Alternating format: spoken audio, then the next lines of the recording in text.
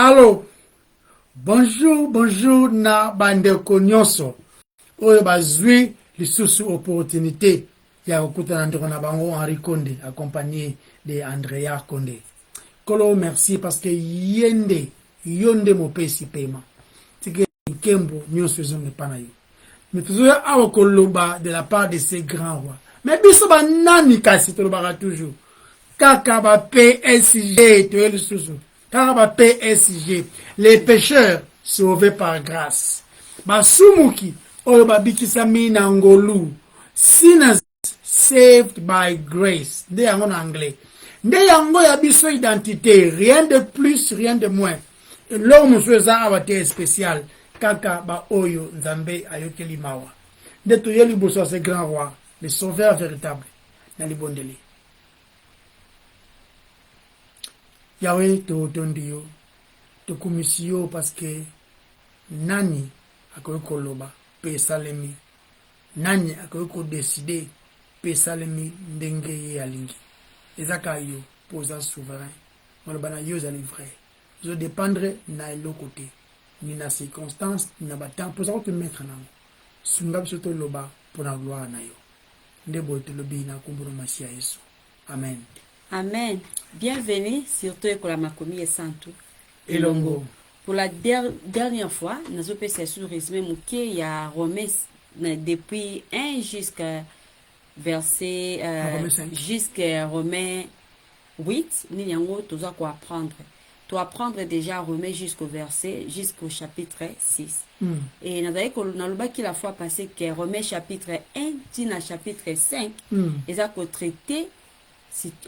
traité sur la justification. Et Romains 5 et Romains 6 jusqu'au verset 8, chapitre 8, ils ont la sanctification. Et ce qui est dans Romains 8, voilà même ils ont la glorification. Aussi. Et semaine passée, c'était sur l'antinomisme. Voilà. Où ils ont anti, ils allaient contre nomos et la qui loi.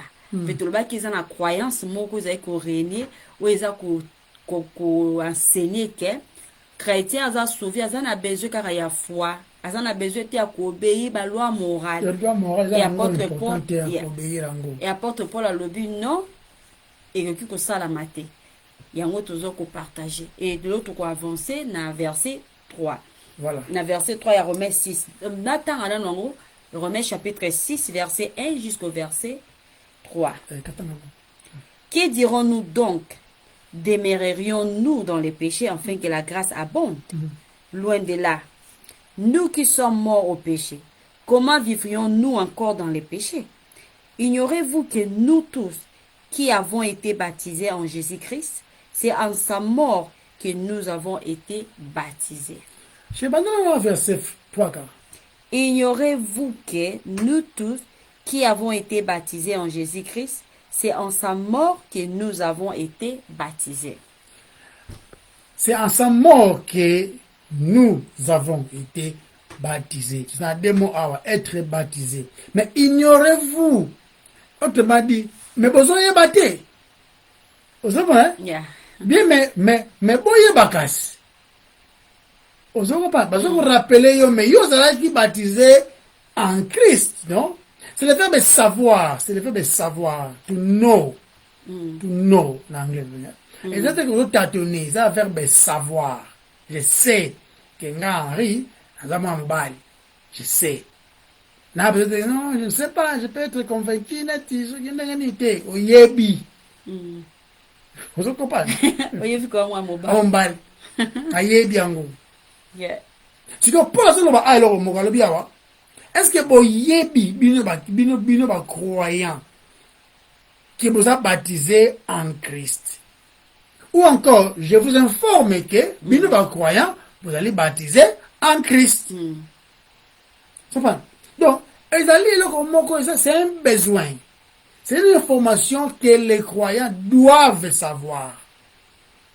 Il y a un de ça que on les betaka ba parler en langue, betaka ba délivrance zangitina. O lembango tango yebi que tu es baptisé en Christ. Et surtout, tout ça été ignorant, il y a ba fait oyo. tozala ignorant nango te. Tazoloba abiawa, ignorez-vous que tous nous avons été baptisés en Jésus-Christ. Bazoloba sans exception naba oyo bazali régénérés. Tous parmi nous. Alors bien, ignorez-vous que nous tous. Voilà, que nous tous. Ou encore un grand nombre de gens parmi les peuples, mais qui sont mis à part Ecclésia, ok? Mais parmi les Ecclésia, sans exception. On ne peut pas être né de nouveau, être en Christ, si on n'est pas baptisé en Christ. Amen. Et c'est impossible. Et ça, le sens que tout est. Au moins, Nicodème, le bélier Macambo, tu dois être né d'en haut. Le rôle qui est né d'en haut, c'est compliqué. Vous comprenez? Non, je comprends pas. On est né de nouveau, on se réjouir dans le Seigneur. T'as tout noté le mot, quoi? Parce que va baptiser en Jésus-Christ. C'est vrai, le mot baptiser là ici, ce qui n'a origine dans le baptisme, et ça va immerser, immersion, submerger, voilà, submerger. Donc c'est nion sur la carte. Hein? Mais sinon parce que tu as le baptême d'eau. C'est le terme là qui s'appelle bomoko, donc au comme moko ce qui va submerger au la maille, au comme moko la maille wana. Hein, aux zindi na maïwana. Maintenant, quand on parle de baptême en Jésus-Christ, ils ont fait référence à la maille pour que bossa la immersion ou encore va submerger la maille. Quand on parle du baptême de Jésus-Christ, baptisé en Christ, coûte à ta moko la maille zati. Coûte la maille zati awa. Donc, les baptêmes dont on parle ici, c'est le baptême réel. La réalité dans la maille. C'est-à-dire, tant que dans la maille, c'est le résultat ou encore expression d'une manière visible. Na ba tu ba yeba nani pena réellement au coma. C'est ça que je comprends. Donc, on a qui ancienne créature en Adam. Maintenant, on dit mis Christ comme étant ton Seigneur, premièrement. Maintenant, on a commis réellement une nouvelle créature. Maïto maïté. Pour moi, il y a une croix. Mais il a confessé Christ. Donc, réellement, son identité avait changé. Maintenant, parce que nous vivons sur cette terre, aussi une recommandation du Seigneur, c'est que croiront. Si on croit déjà, l'identité n'a pas changé. Mais c'est ceux qui croiront, bah, c'est d'une manière publique. Bah, mon angosco publiquement. Ndebo si qu'on a maï, na bomoko ya maï, bo, bah, mon ara, non? Témoignage. Yeah.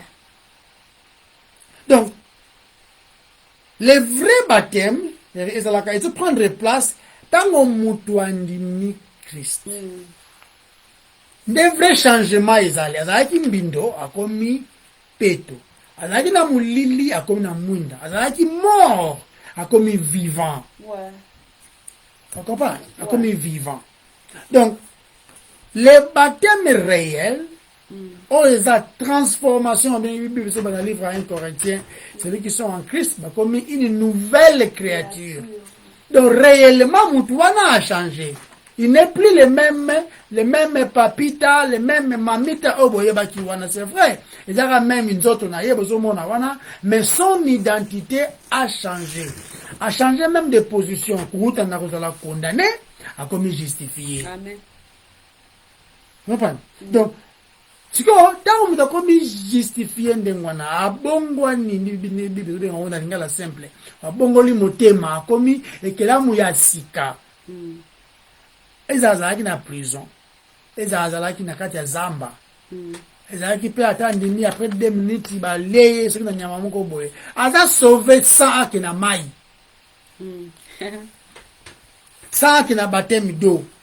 Maintenant, quand on a apesi yo suspima opportunité aux en vie après avoir condamné là mais aux ala ce témoignage témoignage on peut y yote au témoigner ce que Christ a fait dans ta vie au témoigner Christ maintenant aux ala d'une manière publique donc comme symbole mai wana za mai moko magique était so simbiango tuntuki de mai courant et ezaka mai ezana le côté na kata mai wana c'est juste symbole de mo pour sainte scène ezaka symbole ezaka symbole yango nde comme la kamutu nyoso là je parle de ceux qui sont mis à part ba santu ba mbicha bango pembeni pour un travail noble un travail saint nde ba biso ba PSG sauvé par grâce biso nyoso tout ça expérimenter un changement wana au moment même les sumu na yo eza exposé au moniango liboso na yo oluki moyo kima okokite condamnation eye d'une manière juste mayo po kimango ezati neto to loba nde sikoyo omoni solution ba yeli yo mususu ta condamnation est prise par Christ yemoko qui en échange apesi yo bomo ya seko tango te confiance na total na ye na moment wana comme baptisé en Christ. On continue à H. Amen. Ok, n'attends à l'issue sur Romains chapitre 6 verset 3. Bible Bisso. Ignorez-vous que nous tous qui avons été baptisés en Jésus-Christ, c'est en sa mort que nous avons été baptisés. Ara lobeli en abeti c'était ma casse sur baptême. Baptême ya sur les salamara moment où une personne est sauvée. Et puis il y a œuvre que seul Dieu peut accomplir. Amen. Les baptêmes rituels autobengaka les baptêmes d'eau et salamaka après qu'une personne a été sauvée. Mais ils sont censés à cause de la symbolique, symbolique du vrai baptême. Ils ont une image de ce qui m'est arrivé au moment où j'ai été sauvé. Les baptêmes en Jésus-Christ. Et ça peut également mentionner dans le livre, tout le temps en rapide, parce que toujours les baptêmes en Jésus-Christ. Et ça mentionné dans Galates chapitre 2, verset 28. Non, Galates chapitre 3. Galates chapitre 3, verset 26 à 27. Et le dit, car vous êtes tous fils de Dieu par la foi en Jésus-Christ. Amen. Vous tous qui avez été baptisés en Christ, vous avez revêtu Christ. Donc, résultat du baptême Oyo, et un baptême en Jésus-Christ. Et là, qu'est-ce que mon Christ a côté? Mon Christ a commis. Il est en Christ. Et ce qui est dans le livre de Galates chapitre 3, verset 28, Babi, il n'y a plus ni juif, ni grec. Il n'y a plus ni esclave. On te le verra toujours que Nzambazara na peuple moko. Même dans l'Ancien Testament, Israël n'y ont sauté dans l'Ancien Testament qui peuple de Dieu. Bango nyozeba obaza qui croire. Les vrais Israël, Israël, il y a foi, oza circoncis du cœur. Les enfants d'Abraham ils sont passés de ceux qui sont alignés à Abraham, n'a chair. Non. Alignés à la foi. À la foi, dans l'Ancien Testament. Et bien surtout dans le Nouveau Testament, à la foi dans Christ, n'est oza greffé. Na peuple wana, peuple mort, peuple par la foi, peuple na fou, na nzela ya foi. Tel Aviv Tel Aviv Jérusalem l'éloté. Des bazars en Christ. So, il n'y a plus ni juif, ni grec. Il n'y a plus ni esclave, ni libre. Il n'y a plus ni homme, ni femme. Car tous vous êtes un en Christ. Amen. Et dès Corinthiens chapitre 5, verset 17, il dit, si quelqu'un est en Christ, il est une nouvelle créature. Les choses anciennes sont passées. Voici toutes choses sont devenues nouvelles. Comment est-ce que c'est une nouvelle créature, boy? Comment faut abéner un rabandoki? Comment faut aller au rabandoki? Ce qui n'a pas compris. Et celui peut-être qui est dans le livre, il y a Romains chapitre 1, Romains chapitre 8, verset 1. Bible dit, il n'y a donc maintenant aucune condamnation pour ceux qui sont en Nakati, en Jésus-Christ. Je veux briser. mulangi eza kokangama. OK? Yeah. Sikoyo nyama na lingaka tu apumbwa na Kongo wana. Apinga ni pese. Pese siko azala kati ya mulangi. Azala Kongo te. Azala nyama pa. Azala kati ya kopo. Ata soso ayendenge nini. Aluka a détruit une personne. Personne a sauvé parce que azala kati na kopo. Donc toza en Christ. Dans le mot baptême est un verbe où elle a ici s'immerger, tremper, placer quelque chose dans quelque chose. Et ainsi, elle a s'identifier totalement à quelque chose. Voilà. Donc, chrétien, bazala qui na moment où le besoin qui l'obiko, immergé en Jésus-Christ, placé dans les fils de Dieu, avec pour résultat être en Christ. Et ça, awande, bazala qui positionné, bazala qui placé, bazala qui mis en Christ. Tout le bas qui a repé belé, tant que ça qui est biblique, il y a Romains chapitre 5. Tout le bas qui c'est position. Tout le bas qui est de la position des chrétiens en Christ. Et ça, on a deux grandes vérités que nous trouvons répétées encore dans le Nouveau Testament. Tozo bengango, et ça, les baptêmes et l'habitation. Les baptêmes et l'habitation. Et ça, très important. Baptême et kotisinga nanzambe. Le baptême me met en Dieu. Et l'habitation met Dieu en moi. Ce n'est plus moi qui vis, mais c'est Christ qui vit en moi. C'est-à-dire, c'est Dieu qui vit en moi. Christ vit en moi. Amen. Le Seigneur a prédit cette relation dans le livre, il y a Jean chapitre 14, verset 20. Et le but est en ces jours-là, vous connaîtrez que je suis en mon Père, que vous êtes en moi et que je suis en vous. Est-ce que tout le monde passage au Nigne le Bélibiso, vous êtes en moi. C'est ça les baptêmes. Vous êtes baptisés en Christ. Je suis en mon Père. Ah, je me dis, après ce que nous avons, il y a un personnellement, donc on dit différents souana, ok, différents souana. Il y a 3 différentes personnes. Mais ce que je suis en mon Père. Je suis en moi-même, ok. Je suis à mon Père. C'est comme ça, toujours la deux choses. Les baptêmes, et ça répété dans le Nouveau Testament, et l'habitation. So, un passage, il y a Jean chapitre 14, verset 20. Il y a sur le dit, vous êtes en moi, c'est-à-dire les baptêmes. Ok? Après le dit, et moi en vous, c'est-à-dire à l'intérieur. C'est ça l'habitation. Donc, même langage, ils ont trouvé dans Jean 17. Jean 17, tout en allant à verset 21. Afin que tous soient un, comme toi, Père, tu es en moi, et comme je suis en toi. Dans Zolobela, Christ Zolobela, le Dieu le Père. Ok? Comme toi, Père, tu es en moi, et comme je suis en toi. Afin que eux, afin que aussi, soient un en nous. En nous. Donc, tout le monde a baptême dans l'habitation. Pour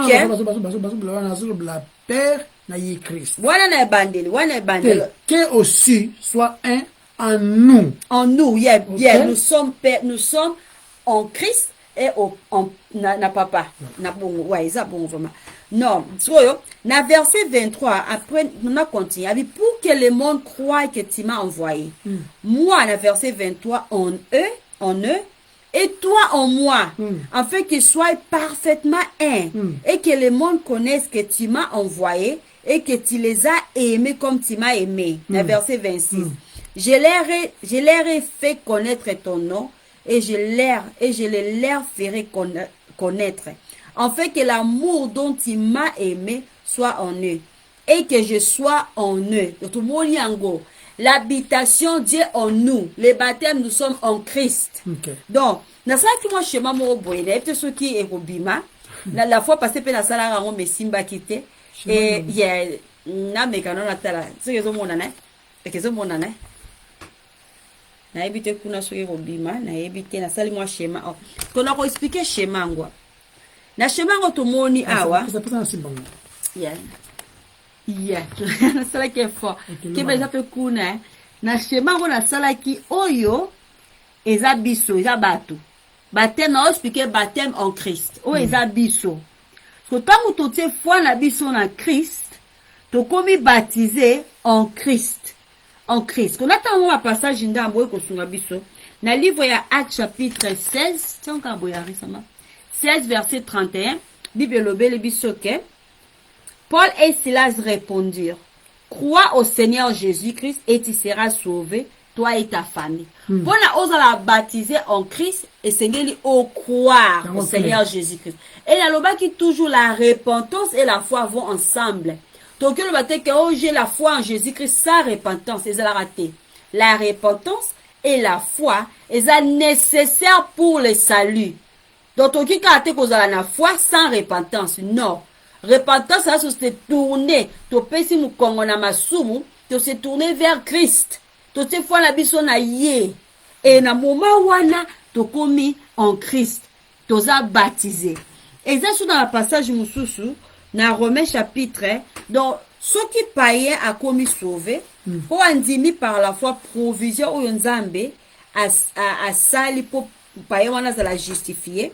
Position y a échangé, a commis ce qu'on baptisé en Christ. Ce qu'on a Romains chapitre 6 verset 3. Simbara papa please. Na Romains chapitre 6 verset 3. Ne savez-vous pas que nous tous qui avons été baptisés en Jésus-Christ avons été baptisés en sa mort? Donc tous a baptisé, donc vous avez comme né de nouveau, a baptisé en sa mort. C'est comme ça que peut toquer dans le livre il y a Galates chapitre 3 verset 27, vous tous qui avez été baptisés en Christ, vous avez revêtu Christ. Autrement dit, vous avez revêtu Christ. Vous avez justice. Donc, awa, ne bandele awa toza non sauvé, toza na Adam, awa toza ko appartenir na Adam, toza libanda ya Christ. Et tant que toza sauvé, d'être côté na Christ, comme baptisé en Christ. La personne sauvée est maintenant en Christ. Aza les sous na dante, aza en Christ. Sikoyo, muto aza justifié, sauvé de la colère à venir de Dieu. Aza sikoyo en Christ. Et tout le monde qui a même de temps qui a la fois passé na 2 Corinthiens chapitre 5 verset 17, si quelqu'un est en Christ, voilà. Il est une nouvelle créature. Amen. Les choses anciennes sont passées. Voici toutes choses sont devenues nouvelles. Oh, il y a des vraies délivrances. Kolongwana Adam. Kolongwana Adam, eza kolongwana malédiction. Kolongwana condamnation. Kolongwana loi. Au combien na isika ya sécurité, c'est-à-dire na isika ya protection. Ozana a besoin de chasser ba démon, to ba shaba délivrer yo, to ba chasser ba démon katina yo. Non, ozana a besoin d'angote. Oh malédiction familiale, oh bandoki ya famille. C'est autant ça ba ozana a besoin d'angote. Faut te rober. Otikala kozala na besoin makambo na te, pas ba mensonge. Te nazolo ba na bato baza en Christ. Merci vraiment pour la point noté. Bato baza en Christ. Changement de raisonnement, il faut ça. Changement de nouveauté de vie, il faut monana. Na croyance, na oza ko croire, il faut affecter ba action na yo maloba na yo, donc oza ko agir. Donc oh ko chasser ba démon, comme ki okomi ko banga, non, oza na protection. Oza li sous-souté na se na condamnation. Oza sous-souté na se na Adam. Oh ba l'éducation à famille, oh ba parti à famille malongo, ba parti à famille songolo, eza li sous-souté. On a famille de ceux qui doivent na agio, ou les a ba superstition, ou les a ba raisonnement moko ya bato. Tant que na Adam, oza na sa condamnation, oza na se ya malédiction. Ba maudit yo to ba maudit yo te oza na se ya malédiction. Oza na se ya malédiction. Donc, eza perte ya temps ko lukara ko chasser ba démon na yo. Eza perte. Soki na ba se mtaelinga ote na maudit yo tout ça na na tante ya lo baka ono sans effet na tante. On a pas navigué. Nous sommes en Christ. Aux en Christ. De condamnation pour ceux qui sont en Christ. Nous sommes le garage qu'on veut, on pas de temps. Et ça qu'on perd de temps. Ceux qui sont en Christ, on a besoin de commis de l'islam, ceux qui montent mon quoi ça qu'on locayo. Au bombami en Christ. Il y a un la salle à kate ba soi-disant ba prière et autorité. Je connais que je suis en Christ et je suis protégé en lui. En Christ ma charge n'angé quoi. condamnation est longue, malédiction ils ont la place et je suis béni. Personne ne peut me maudire. Tout le monde même dans l'Ancien Testament, dans le livre à nombre. Nzambe a poni ban Israël, il a mis dans désert. Et ban Israël, ils ont pour la murmurer, ba concombre, ba matungulu, biloko atoliaka le sous-souté. Mais ils ont battu dans montagne, ils ont na Balak na Balam, baza ko maudire bango. Mais baza ko maudire bango, Nzambe alobaki ke okoki ko maudire te oyo Nzambe a béni. Donc biso toza na se ya bénédiction parce que toza en Christ. Ba malédiction ça na impact te na vie nanga. Naza na besoin te akobuka ba malédiction o nyoso aloti, naza na besoin ko perdre temps nanga te akozora prière d'autorité. Non, je crois que je suis en Christ et cela est vrai. Dans la Bible, le Bible, on a Romains même 8 verset 1. Il n'y a donc maintenant aucune, quand on t'a commis en Christ, il n'y a donc maintenant aucune condamnation pour ceux qui sont en Jésus-Christ. Éphésiens 1, 8, 1, 3. Et le Bible, béni soit Dieu, le Père de notre Seigneur Jésus-Christ, qui nous a bénis de toutes sortes de bénédictions spirituelles dans le lieu céleste, en Christ. En Christ. Sans le mot perdre de temps, une bonne façon de perdre de temps. Il y a sans effet, il y a une des meilleures façons de perdre de temps. Ou encore, il y a le caca ou encore la clamabé, au bazali, justifié en Christ. Il a perdu ta temps. Il a perdu ta temps, moko. Pour que ça tombe ça, notre soit pour combattre balabala les choses. Pour perdre ta temps. Donc, nous sommes baptisés, nous sommes en Christ. Ma vie même est cachée en Christ. Je ne me, nazali anga moko susute. Na sombama na ye. Ma vie lui appartient. Ce n'est plus moi qui vis, mais c'est Christ qui vit en moi. Parce que nous avons tant à la terre, que nous le bagarre sans effet, et que si on battait, sur ma porte, tu veux dire qu'il y a donc, il y a un apôtre, Romains chapitre 6, sur les savoirs. Il faut pas yeba. Même livre, il y a Jean. Ils ont pas yeba que vous a sauvé. Ils ont pas ça preuve que vous a sauvé. Ah, vous allez les savoirs. Yeba que ceux qui sont en Christ, vous a safe, vous a en sécurité, vous a en protection. Ceux qui sont en Christ. Ceux qui sont nada, ba lokayo na famille to ba lokoto, vous allez na se ya malédiction. Ceux qui ont soit des chrétiens. Mouké, okendaki prière de délivrance, prière d'autorité. Donc vous allez chrétienté. C'est lui qui a autorité. Ah, mais je te rappelle la autorité. On rappelle l'autorité. On a besoin de rappeler André de Nambalne. Pour ne pas rappeler. On a besoin de rappeler moi, on a papa. Non, il le sait. Avec ce qui papa, quoi ici, c'est ça les mains. De n'a qu'un terme,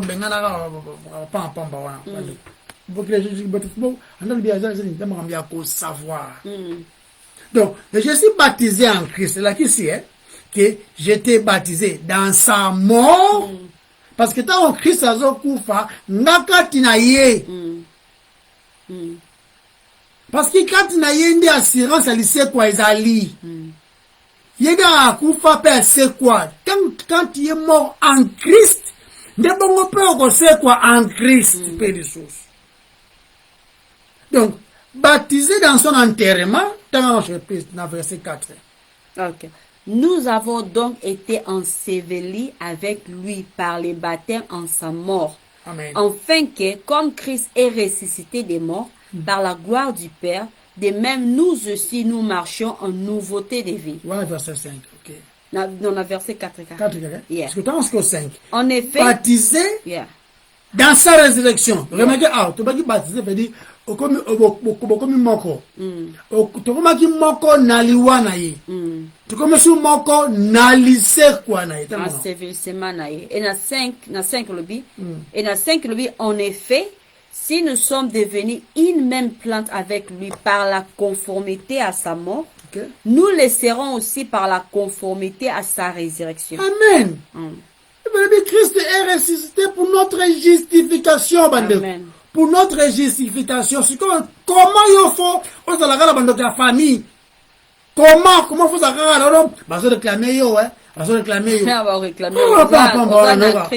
non raisonnement wana parce que yo comment yo oza en Christ bandeko et après on a savoir yes ça arrogance c'est nous qui est en Christ avec une nouvelle créature toutes choses et à kala et les qui c'est-à-dire il y a ba ignorance il y a condamnation il y a sous la loi ngala chassa arigala chassa ba démon ou bien na ça ba prière d'autorité mukola suko na sala ngo eza ba 2008 au 2008 à 2009 c'est pour ça qu'il est ignorant naza en sécurité 2008 à 2009 na sala kango te pongi na ngela la kana kimia o bazoka nga kingo za la kate o bazola ezala kate Tango, ce qu'on dit na mensonge, ce qu'on dit na mensonge et quoi affecter même bandoto na yo. Ce qu'on dit magala ba superstition, ko affecter bandoto na yo, ba penser na yo. Puis comme on a ba tout suspect, on est sis, oppose na superstition.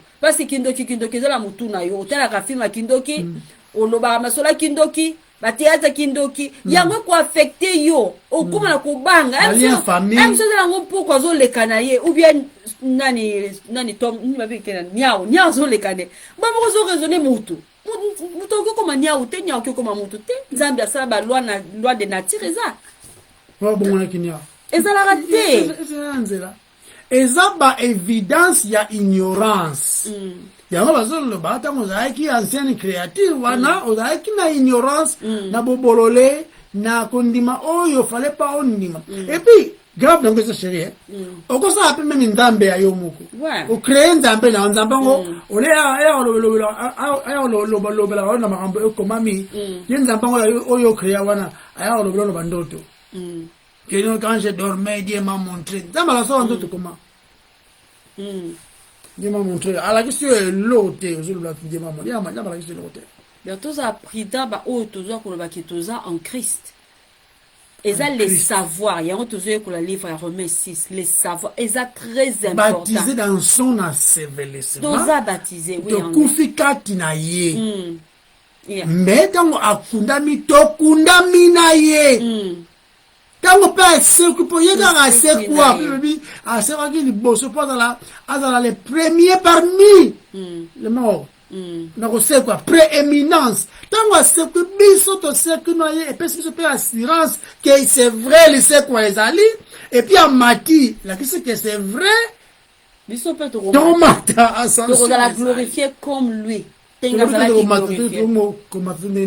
la peine à y est pas Jésus allait préparer une place. Je m'en ai pour préparer une place. Ouais, je m'en vais pour préparer une place. Ouais. Donc, et la question, nous sommes baptisés dans son corps, qui est l'Église. Tant on a 1 Corinthiens 12, 13. Okay. Chapitre 12, verset 13. Nous avons tous, en effet, été baptisés dans un seul esprit pour former un seul corps. Soit juif, soit grec, soit esclave, soit libre. Et nous avons tous été abreuvés d'un seul esprit. Ni grec, ni juif. Et ça, il image que l'oba, ni Olazali, qu'on croit qu'il y a une alliance. Mosaïque ou encore abrahamique na ndenge ya ba israélite na cher ou encore na oyo ya congolais et ça il m'a dit que tout le monde est différent c'est entre un juif qui vient de mourir maintenant na un juif qui vient de mourir na un gentil qui vient de mourir en Somalie différence c'est ça nous sommes tous en Christ c'est en Christ né nous avons le peuple moko en Christ. Donc, histoire à Christ, c'est comme histoire. Parce que, après, si vous sentez, oh, vous méritez. Parce que je suis en lui. Donc, comme il y a mon corps, c'est-à-dire que, les gens qui ont bali moi, c'est comme mon corps.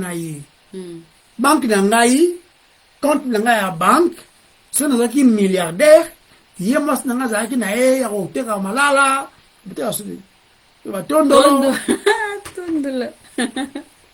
Mais à bas les milliardaires, à combien milliardaires? À combien accès à compte wana? À combien moko? C'est que nous sommes avec Dieu en Christ. Tout comme il ban Nzambe en Christ adopté en Christ. Donc Je suis mort en Christ. Je suis enterré en Christ. Et je suis ressuscité en Christ. Ascension même naïe, glorification, ezali assurée. Ezali assurée. De nous sommes à Christ. Na komi ko s'identifier na yango. Donc, c'est-à-dire que c'est nama solo na ngaya koloba et changer. Donc, en Christ, je suis assis dans les lieux célestes. Assis dans les lieux célestes. C'est dans Éphésiens 1, 20 à 21, des versets là. Il a déployé en Christ, on les ressuscita des morts. Amen. Et en les faisant, et en faisant asseoir à sa droite dans le lieu céleste, au-dessus de toute domination, de toute autorité, de toute puissance, de toute dignité et de tout nom qui se peut nommer, non seulement dans le siècle présent, mais encore dans le siècle à venir. Christ azali oyo aza le seul souverain sacrificateur oyo asali musala pe avandi dans les lieux célestes. Et maintenant nous sommes en lui. Le temps de voir à nous sommes des passagers, tous les caca. Mais les cas pour les mieux. Pour que ne pas oyo kembo zangi suka en Christ. C'est ça le côté. Christ fallait pas botama. Il ne fallait pas que tu koufa, il fallait pas même comment la mokilio. Mais réalité zali ke abotamaki à vivre sans péché, ba bomie na territoire wana, il va juif lelo, ba romain, ba qui crucifié tout wana ça, ba évidence. Il est assis à droite du Père. Azana go intercéder en notre faveur. Vous imaginez? Vous avez besoin pour information, c'est là qui dire chrétien, va perdre du temps parce que ces gens-là qui sont en Christ, les gars, on peut être celui à Balama, non à Balak. Et nous sommes bénis de toutes sortes de bénédictions en Christ. Même toi, en Christ, protégé dans Zambie, protégé. Donc, la malédiction, on a la montagne, on a perdre sa temps. Zaki perd sa temps. On a changer qui stratégie pour le maban Israël donc, les chrétiens, sont très rapprochés. Donc, vous avez tous les étrangers dans l'alliance, tout comme rapprochés dans Nzambe en Christ. Tout s'identifier en Christ. Nzambe linga Nzambe. On a dit même beaucoup, papa. Nzambe linga en Christ. On a l'autre côté au même Nzambe pour Nzambe dans l'impressionner na yo. Pas linga autre, exactement. Et ça pété dans les sous mon coco ça sous les prix c'est pour que Nzambe ait une chose. Donc goûte mon goûte mon donc nous sommes rapprochés en Christ.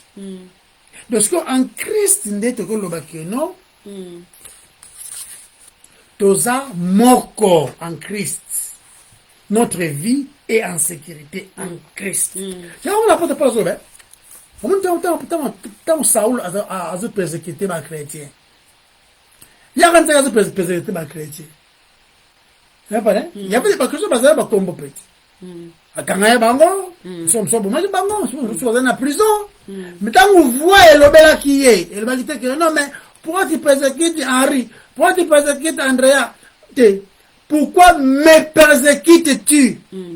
Donc ces gens-là qui sont chrétiens, ils se sont identifiés en Christ au point que Paul, Saoul à l'époque, a dit pendant maman en battant la misu, elle dit pourquoi me persécutes-tu?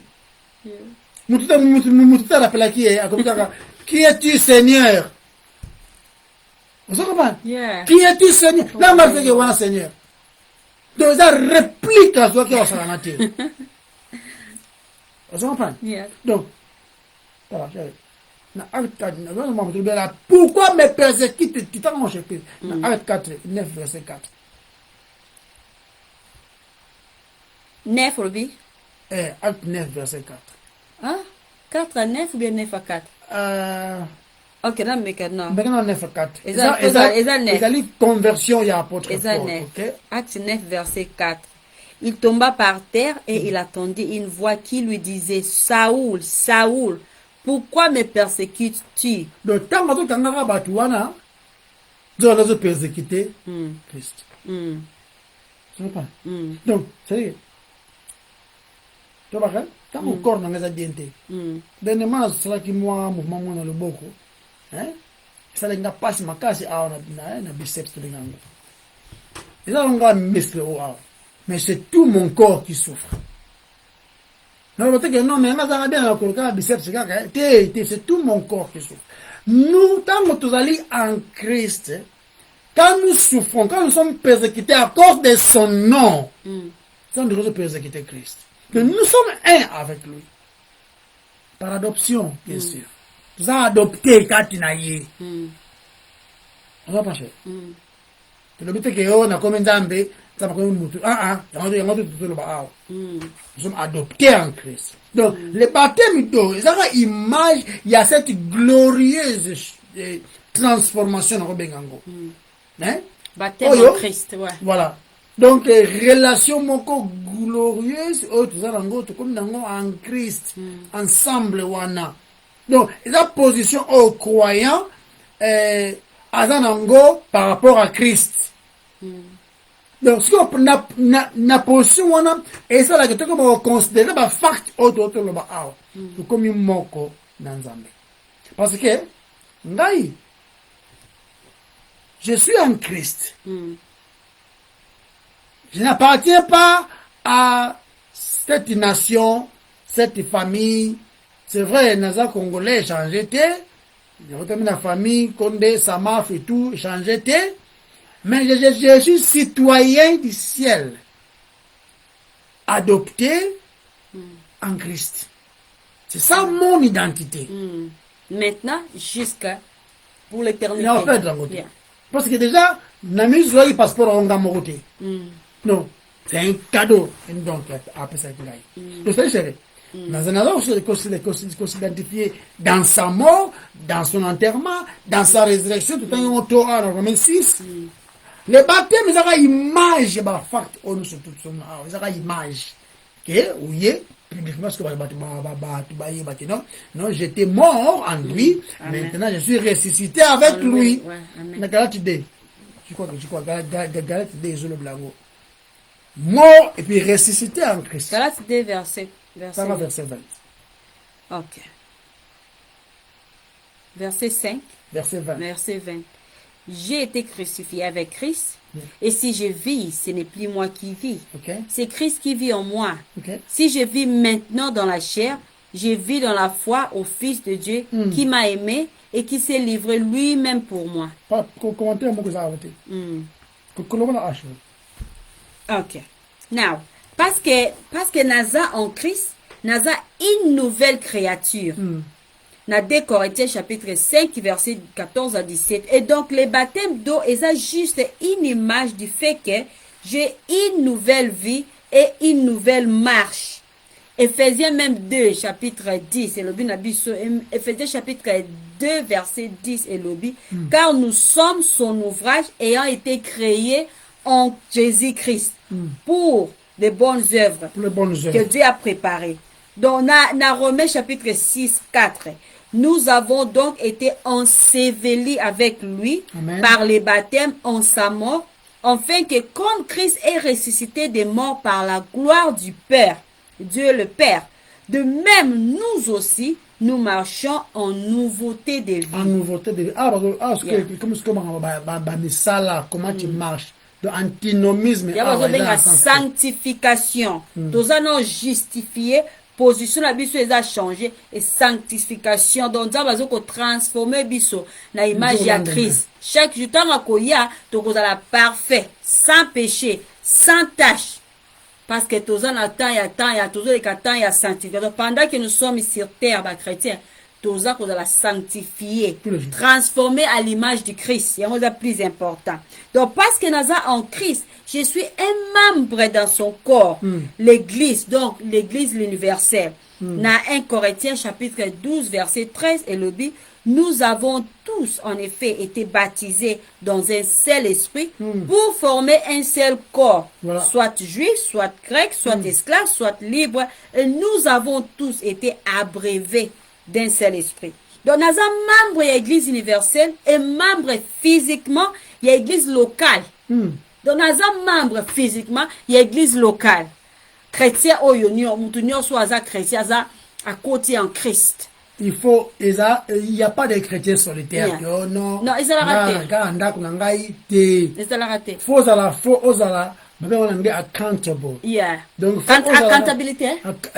Faut rendre compte de nos frères et sœurs avec qui tu vis. Ça, c'est ce que nous allons rendre compte. Dans l'église locale, tu peux une opportunité et privilège à servir ensemble. Naba oyo baza racheté comme nous. Voilà. Nous grandissons ensemble dans la grâce de Pesibisu. Par exemple, dans l'église de Kindaka, et nous avons eu opportunité ou bien privilège dans le Koloba, il y a pour servir Nzambe ya kotangi sabana n'école de dimanche. Et chaque dimanche, et ça bato ba bazorabis ba kena ba église na ba quartier belé, ba quartier ba kanso, ba quartier et si kamoro ba na baza vraiment kokola bienté, tozui bana na 15h tozui ba na église. Et nga na ba sœur mosusu na ba frère mosusu toza ko enseigner bana wana sur la Bible. Et ça privilège. Nazo sa ngonga mokote, mais nous sommes beaucoup wana ko servir Nzambe. Donc et à chaque septembre, tant école efungwami et tous la groupe ya bato na église to kenaka na collège à côté église to ke ko prêcher na ba étudiant et to ke pe na même septembre na to ke groupe ya bato 2 à 2 ou 3 to ke ba porte ya bato pour na ko prêcher évangile toza ko servir na localité église wana toza ko servir Nzambe et ça privilège ya ko servir Nzambe na église locale ou encore pena open air ça parce que souvent kenara chaque 2 semaines samedi ba kenara libanda na ville pour na ko prêcher donc tous on a les sous moké na baptême les baptêmes on va église locale juste pour na ko s'identifier na ko sala au Christ ko servir Nzambe ensemble. Donc, les baptêmes doivent témoigner du fait que nous sommes membres du corps de Christ et nous sommes identifiés à une assemblée locale yaba chrétien. Et ce qui est dans Acte, chapitre 2, verset 41 à 42, ceux qui acceptent, ceux qui acceptèrent sa parole, furent baptisés, et en ces jours-là, le nombre des disciples s'augmenta d'environ 3000 âmes. Ils persévéraient dans l'enseignement des apôtres, dans la communion fraternelle. Physiquement, dans la fraction du pain, il y a la physique, la Sainte Seine, et dans la prière. Et dans Hébreux 10, verset 25, nous encourage, n'abandonnons pas notre assemblée, local, comme c'est la coutume de quelques-uns, mais exaltons-nous réciproquement. Et c'est là d'autant plus que vous voyez, s'approche le jour. S'approcher le jour. Église locale, ayez bami pena kombo ya watu wabamzua bengarango bâtiment.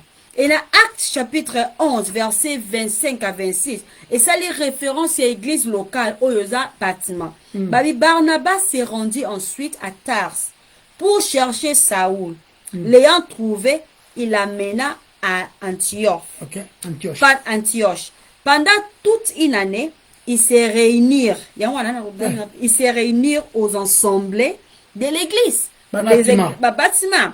Et ils enseignèrent beaucoup de personnes.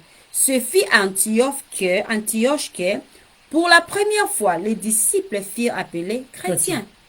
Tout le monde peut, apôtre Paul, que ça la référence et assemblée d'un bâtiment. Et ça, comme ma correction dans l'église locale, assemblée des saints. Dans 1 Corinthiens chapitre 11, à partir du verset 16. Alors, mais si quelqu'un paraît vouloir contester, nous n'avons pas une telle coutume ni les assemblées de Dieu. Or, en prescrivant ceci, je ne vous loue pas.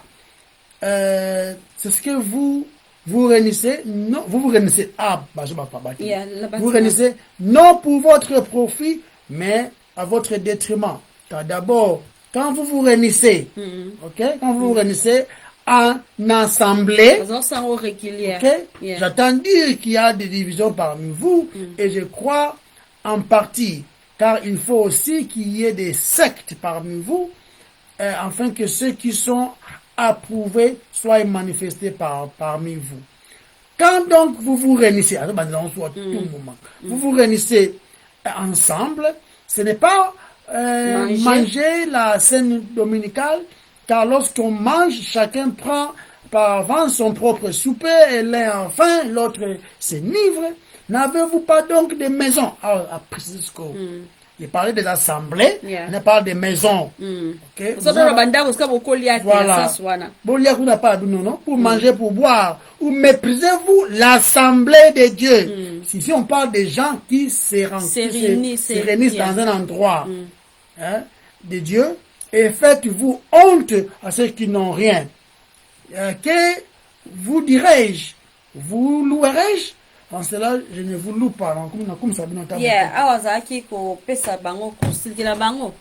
corriger bango. Donc parce que naza en Christ. Parce que naza en Christ, je m'excuse un peu. Na osuka ki wapi yango. Tangi passage na bosania. Tangi passage à 2 Corinthiens. 2 Corinthiens 11. 2 Corinthiens 11. N'abandonnez pas vos assemblées. Okay. Non, parce que je suis en Christ, j'ai le pardon des péchés. Voilà. Parce que tout le temps, on a le livre, il y a Ephésiens. Ephésiens chapitre 1, verset 7. Hein? Verset 7, hein? Ok. Attends. Yes, nous trouvons rapidement. Yeah, ok, donc, parce que je suis en Christ, j'ai le pardon de péché. Dans Ephésiens 1, verset 7, en lui, en Jésus-Christ, nous avons la rédemption par son sang. Amen. La rémission des péchés selon la richesse de sa grâce.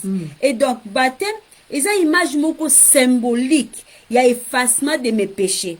Donc, comparant on a Actes chapitre 2, verset 38. Pierre leur dit, répentez-vous et que chacun de vous soit baptisé au nom de Jésus-Christ pour le pardon de vos péchés.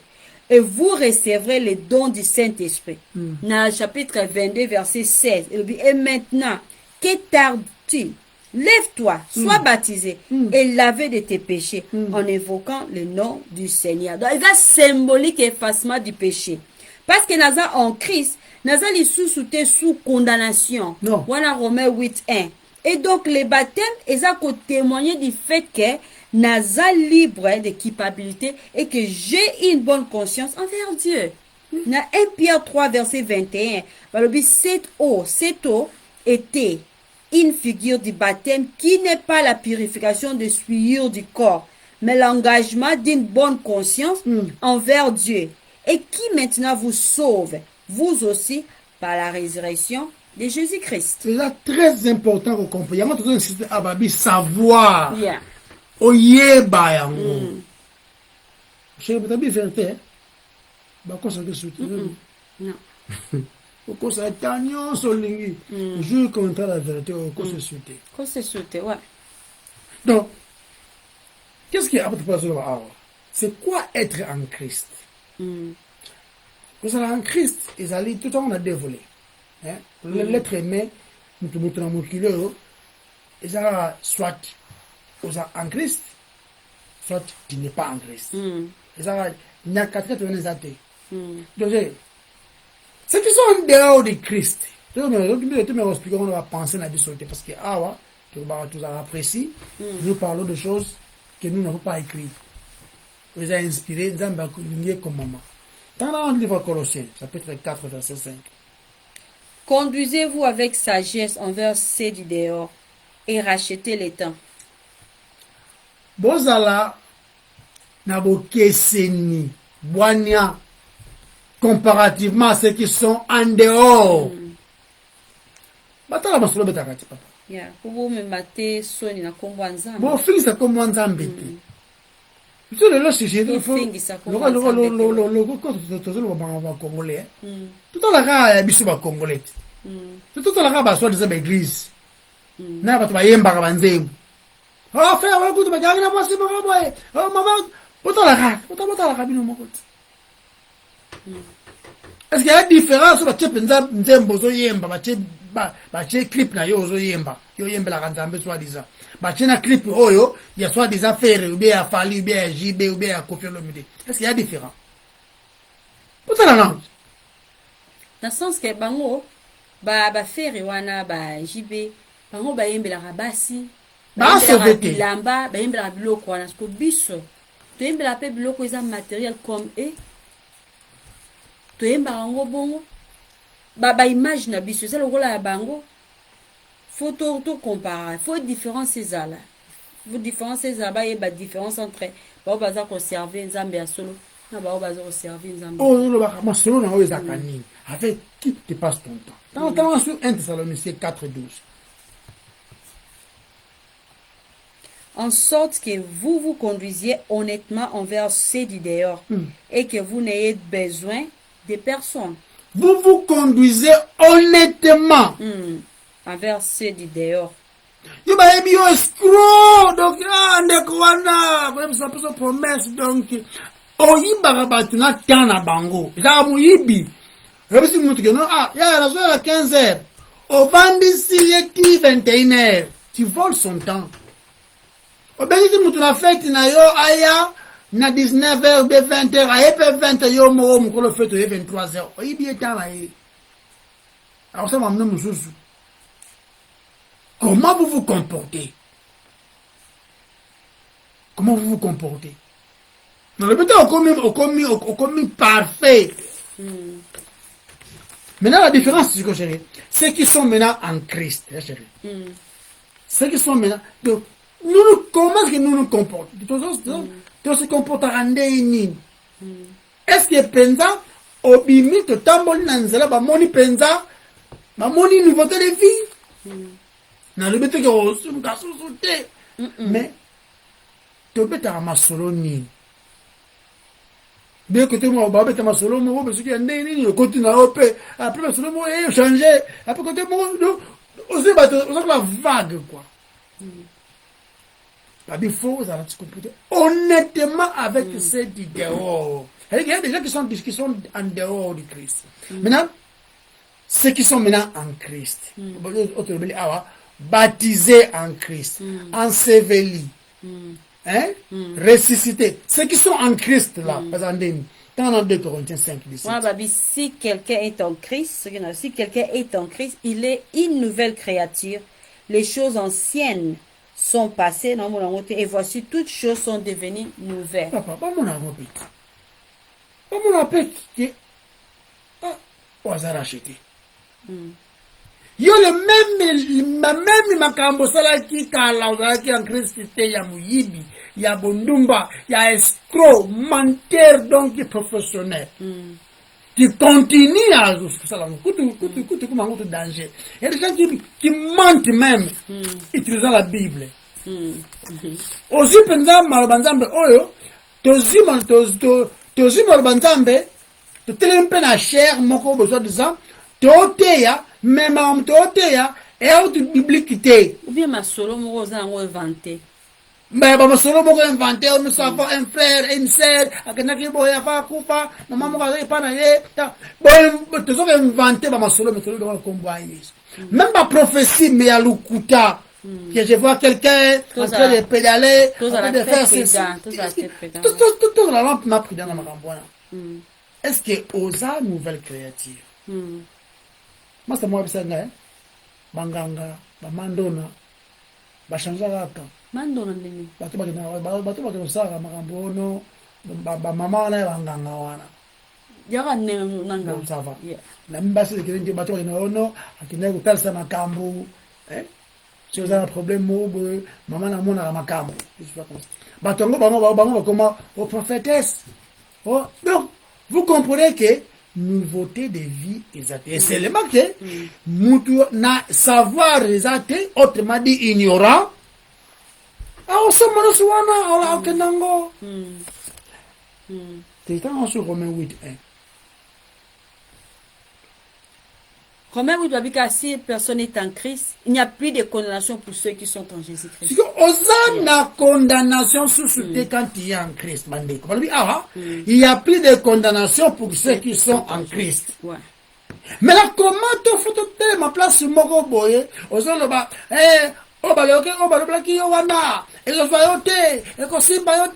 je brise, je déclare, je salue boye, mais on est en Christ. Il n'y a plus de condamnation pour ceux qui sont en Christ.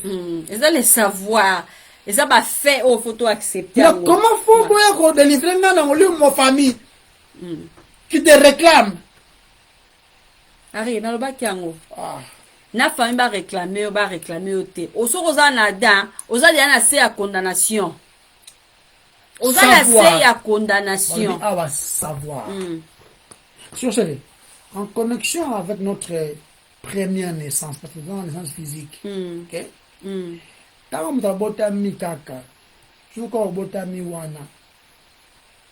Soko sali erreur. Bon, écoute, mon pasteur bango. Mon botami azole laté. Niveau en battement na reçoit. Palela. C'est mon aleli. Para c'est pelé. Ça va. Moi, c'est bambata. Alela aye pa oezana sukana ngambu donc pas conti la condamnation quoi. Mais son père en train de rigoler quoi. On ça fait on m'attend mais moi zolela na bon de misère. Aye futa ba tax. Il pas mutema iza ya communauté mali kundu tout ça dans bato. Vous comprenez non? Donc tant que tu as beau mis ta chérie, Aza Anada. Ouais. Directement Aza Anada, c'est-à-dire, ancienne créature déjà, sous la condamnation, Aza c'est à Kandanzam. Automatiquement. Et puis, Aza faire partie de l'ancienne création. Une création qui est déchue, détruite. Vieil homme. Aza corrompu. Yeah. Vous comprenez? Déjà, esclavagisme et à péché. Mais la connexion à deuxième naissance. Mais Jésus a le bela qui Nicodème. Et ça, naissance de l'homme véritable en Christ. Dans Jean chapitre 3, tu veux dire solo Nicodème. Vous comprenez? Et ça en Christ, il dit ma solo Izali. C'est en Christ de comme appartenir à Nzambe. Et on peut te dire, na trouble wana mona qui transfiguration. Akoma ki na ki peleke se de wa tout comprendre quoi. Moko ya Moïse. Hey, alors ba ko ça ba hallucination. Ba be si voit le vérité, tu comprends pas. Ça me sur ba Jean, ba sur ba ya ba Moïse. Celui-ci est mon fils bien-aimé qui fait tout. Écoutez-le. Vous comprenez? Donc, en Christ, 1 Corinthiens 15. Et comme tout meurt en Adam, de même aussi, tous vivront en Christ. Donc, tous.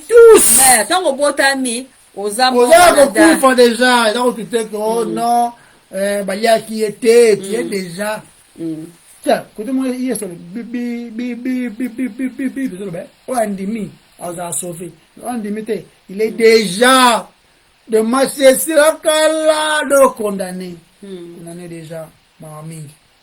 Donc, il faut que ça là, il faut que nous puissions nous te faire partie de la nouvelle création.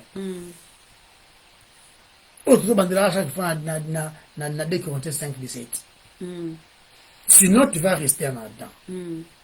Pourtant, bah, passage clair, on attend, Mwandam. Ça va passer par passage clé. Il faut tout y être, les savoirs. Pas seulement savoir ici, mais savoir ici. Il faut être là après qui peut affecter mon thème. Pour que oyebi yango croire na fait wana. Voilà. Pour que tout lemba comme maman kana mon pépé. 2 Corinthiens 5, 17, ils ont le là. C'est ils ont sera ma nouvelle position. Et le dit je suis en Christ. OK? Dans Ephésiens 1, chapitre 1, verset 3, et là, ma bénédiction spirituelle, vous êtes bénis de toutes sortes de bénédictions spirituelles, mais en Christ. Amen. Fais une chose, dans 1 Corinthiens 5, 1 Corinthiens 1, verset 5. Donc, notre richesse est abondante en Christ. Tu te connais Bible bien? Là où le péché abonde, la grâce surabonde. Donc, grâce au soyez pas en colo, exactement une richesse qui n'a pas de fin. Mais là, comment est-ce que ma c'est comme la comment est-ce que c'est arrivé à Longwa dans l'ancienne, comme à la nouvelle création? Comment est-ce qu'ils allaient arriver à Vous posez la question? Dans répondre. Okay. Parce que ça a des fois à mon tout. Ouais. Et ça a don. C'est la élection, il y a un zambé. C'est par la foi même. Dans Galates 3, verset 26. Galates chapitre 3, verset 26. 26. Car vous êtes tous fils de Dieu par la foi en Jésus-Christ. Par la foi. Vous tous qui avez été baptisés en Christ, vous avez revêtu Christ. Des choses. Par la foi, nous sommes baptisés et nous sommes en Christ. Pour de bons, ils ont la temporalité. Ça, c'est sécurité. Chaque fois. Pour que tu aies la vérité. Tant que tu aies la vérité, tu as un charlatan. Non. Donc le baptême, ce n'est pas le baptême d'eau en réalité, c'est le baptême réel, c'est une transformation réelle. C'est ce qui est né de chair et chair, ce qui est né de l'esprit et esprit. Yangonde toujours le bela awa. Ok? Donc, ils ont prendre place dans un moment à comprendre ma soumonaï. Et soumettre la condamnation, mais aussi, ils ont pointé dans la solution qui est Christ. C'est à ce moment-là de la vraie immersion, le vrai changement, mais et à ce que se manifesté publiquement, Botala n'a changé. Vous comprenez? Il y a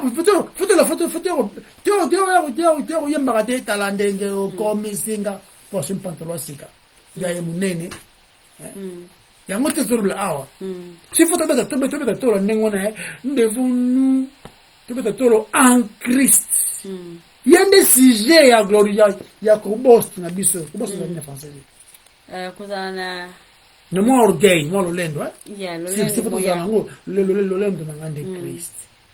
Donc ce qui n'a télémi je suis debout, ma position est debout mais en Christ, parce que il est allé evrenioso l'œuvre de la croix accompli. Alors tout est accompli, donc rien de plus, rien de moins. Ma position est que je suis en Christ, déclaré juste en Christ. Il y a une position là. Ok, siko na usuka tena sisi non a poto sugi na tuna bibelete. Siko yo nani ngana za en Christ. Mais on peut ça passage mais botan on anda ko foti atan tant exact. Donc en Christ ça la monta 7 minutes. OK, non, mais non ta passage te. En Christ, je suis une nouvelle créature. Le Bakango a 2 Corinthiens chapitre 5 verset 17, Galates 5 verset 6, Galates 6 verset 15, Ephésiens 2 verset 10. Amen. En Christ, je suis un saint. On a 1 Corinthiens 1 verset chapitre 1 verset 2. Je fais partie de son église. Ephésiens 2 verset 21 à 22. Okay. Je suis un temple pour l'Esprit de Dieu. Mon corps est le temple du Saint-Esprit. Ephésiens chapitre 2 verset 22. En Christ Naza dans les plans éternels de Dieu. Amen. Ephésiens 1 verset 4 et 2 Timothée 1 verset 9. Naza enrichi au Notangango. Dans 1 Corinthiens chapitre 1 verset 5. Car en lui vous avez été comblés de toutes les richesses qui concernent la parole et la connaissance. Connaissance. Donc en Christ, richesse qui concerne la parole et la connaissance. Et en Christ, nous avons accepté parce que faveur ya Nzambe ezalaki déversée sur moi. Éphésiens 1:6, à la louange de la gloire de sa grâce dans lesquelles il nous a rendus agréables dans les bien-aimés. Il nous a rendu agréables. C'est ton limami. Donc, tout le monde cité en Christ. Je suis lumière en Christ. Éphésiens 5, verset 8. Autrefois, vous étiez ténèbres. Donc je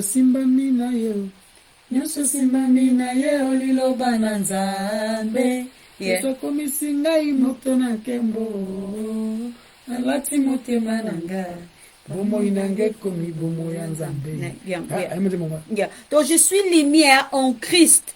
Autrefois vous étiez ténèbres et maintenant vous êtes lumière dans le Seigneur.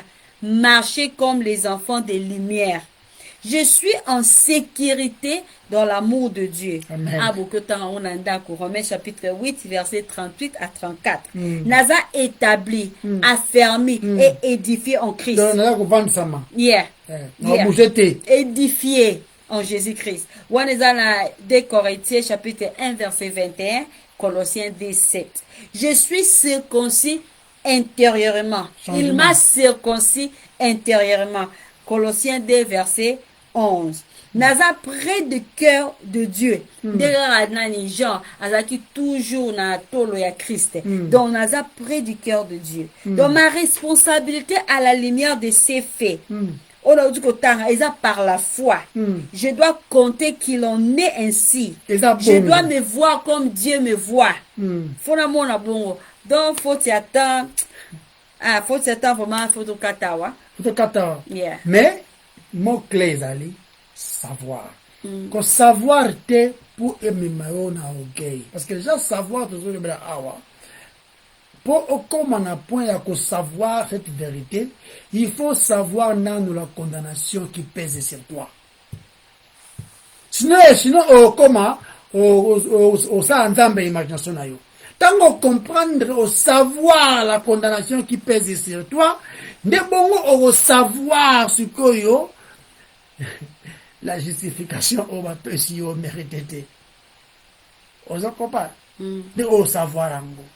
Maintenant, ce que ma fact oyo, au que oui, je suis une nouvelle créature. Et cela qui savent que tu connais que tu étais une ancienne créature. Je suis enrichi. Ça appelle au même que tu connais que tu étais appauvri. Ouais. Vous comprenez? Oye bango. Donc, faut te yéba la mauvaise nouvelle pour que tu apprécies la bonne nouvelle. C'est comme tu as apprécié bonne nouvelle. Après, bah, c'est que oh non, on peut pas donner salé, hein. Il peut rentrer là-bas, hein. C'est ça que tu comprends? Non. Tant que tu dois baptiser en Christ. Et ça pour l'éternité. C'est que tu n'as jamais compris ton état pécheresse. Vous comprenez? Mboa azonga la bisanzi na eti. Mais ce que tu as vu conscience azonga kuna soute non? Non. Vous comprenez? Même Nabucodonosor comment qu'il nyamati. Peut-être qu'il y a un cœur d'animal, non? Ouais. Mais tant que azonga na sens. Akile ce que fana ni na zamba na po azo asum pepe wana. Non. Azongi. C'est en qu'est-ce que nous sommes des vivants, c'est qui morts. Même c'est lui qui nous a rendus vivants. Donc c'est qui mort na oeza bopeto, oeza sainteté, oeza caractère ensemble, oeza onzamba lingi, tu qui to kufa kinango. Parce que vivant na vivant na oeza masumu, bilo ezangi tina, bilo oeza passager, oyo koleka. Mais quand comme en Christ, comme vivant, mort au péché. Moi c'est que c'est gars lobby. Frère, au moins, il briques na yo, il y a bino, il y a 20, il moi belé, ça la 3 minutes, 5 minutes, moi belé, moi belé. Même tu on la kaye moko a ko fanda ta 4 heures de temps. A otala ba histoire ya lingaka.